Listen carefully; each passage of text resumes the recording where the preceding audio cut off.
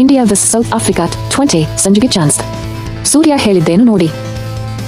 India vs South Africa 20. Bharat ಮತ್ತು ದಕ್ಷಿಣ Africa ನಡುವಿನ ಮೊದಲ 20 ಪಂದ್ಯದಲ್ಲಿ ತಂಡದ ನಾಯಕ ಸೂರ್ಯಕುಮಾರ್ ಯಾದವ್ ಮಹತ್ವದ ಸುಳಿವು ನೀಡಿದ್ದಾರೆ. ಶುಭ್ಮನ್ ಗಿಲ್ ಆಡಲು ಸಿದ್ಧರಾಗಿದ್ದಾರೆ. ಆದರೆ ಅತ್ಯುತ್ತಮ ಫಾರ್ಮ್ನಲ್ಲಿದ್ದರೂ ಆಸ್ಟ್ರೇಲಿಯಾ ಪ್ರವಾಸದ ಕೊನೆಯ ಪ್ಲೇಯಿಂಗ್ 11 ಅನ್ನು ಮುಂದುವರೆಸುವ ನಿರ್ಧಾರದಿಂದ ಸಂಜು ಸ್ಯಾಮ್ಸನ್ಗೆ ಮೊದಲ ಪಂದ್ಯದಲ್ಲಿ ಅವಕಾಶ ಸಿಗುವುದು ಅನುಮಾನ ಎಂದು ಸೂರ್ಯಕುಮಾರ್ ಹೇಳಿಕೆ ಸೂಚಿಸುತ್ತದೆ. ಭಾರತ ಮತ್ತು ದಕ್ಷಿಣ ಆಫ್ರಿಕಾ ನಡುವಿನ 5 ಪಂದ್ಯಗಳ T20 ಸರಣಿಯ ಮೊದಲ ಪಂದ್ಯ ಕಟಕ್ನ ಬಾರಾಬತಿ ಕ್ರೀಡಾಂಗಣದಲ್ಲಿ ನಡೆಯಲಿದೆ. ಈ ಪಂದ್ಯಕ್ಕೂ ಮುನ್ನ ಪತ್ರಿಕಾಗೋಷ್ಠಿಯಲ್ಲಿ ಮಾತನಾಡಿದ ನಾಯಕ ಸೂರ್ಯಕುಮಾರ್ ಯಾದವ್ ಆಡುವ 11ರ ಬಳಗದ ಬಗ್ಗೆ ಪ್ರಮುಖ ಸುಳಿವು ನೀಡಿದ್ದಾರೆ.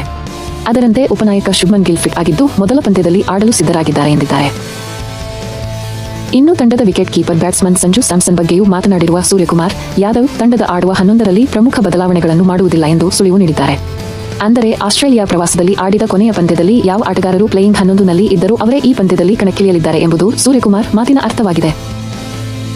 ವಾಸ್ತವವಾಗಿ ಆಸ್ಟ್ರೇಲಿಯಾ ಪ್ರವಾಸದಲ್ಲಿ ಸಂಜು ಸ್ಯಾಮ್ಸನ್ ಮೊದಲ 2 T20 ಪಂದ್ಯಗಳನ್ನು ಆಡಿದ್ದರು. ನಂತರ ಮುಂದಿನ 3 ಪಂದ್ಯಗಳಿಂದ ಅವರನ್ನು ತಂಡದಿಂದ ಹೊರಗಿಡಲಾಗಿತ್ತು.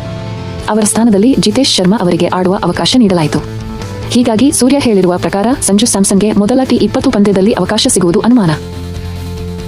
ತಂಡದ ಪ್ಲೇಯಿಂಗ್ 11 ಬಗ್ಗೆ ಮಾತನಾಡಿರುವ ಸೂರ್ಯ, ನಾವು ಆಡುವ ಟ್ರೈನಲ್ಲಿ ಹೆಚ್ಚಿನ ಬದಲಾವಣೆಗಳನ್ನು ಮಾಡದಿರಲು ನಿರ್ಧರಿಸಿದ್ದೇವೆ.